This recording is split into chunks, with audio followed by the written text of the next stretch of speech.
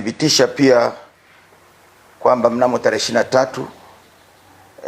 majira saa 12 jioni katika kitongoji cha Igwamanoni, kijiji cha Kakoyoyo, wilayani Bukombe, mtoto mmoja anaitwa Ibrahim Masumbuko, miaka 9, mwanafunzi wa darasa la kwanza katika shule ya msingi Kakoyoyo, alifariki dunia kwa kupigwa na radi, ambayo pia iliwajeruhi Kulwa Masumbuko, miaka 11, mwanafunzi wa darasa la 3 katika shule tajwa hapo juu, na Isaka Masumbuko mwenye miaka 3, wote kutoka katika familia ya Masumbuko Lushona. Ikumbuke kwamba katika tarehe tajwa ilinyesha mvua kubwa iliyoambatana na radi, ambapo watoto hawa baada ya kuona mvua kubwa hiyo walikuwa wamekimbia kurudi nyumbani, na watoto hao walikuwa katika shamba la mpunga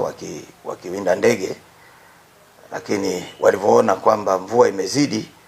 ilikuwa inaambatana na radi walikimbia, lakini wakiwa njiani ndio tukio hilo kubwa likawapata. Huyo mmoja akawa amepoteza maisha, na hawa wengine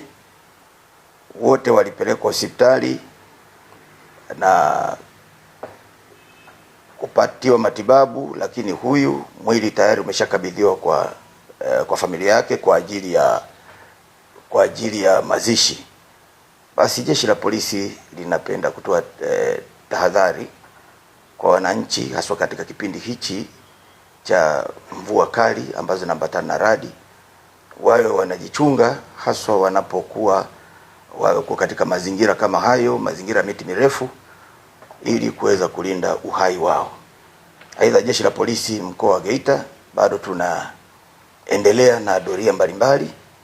za kuzuia, kubaini, kuzuia na kutanzua kero ya uhalifu.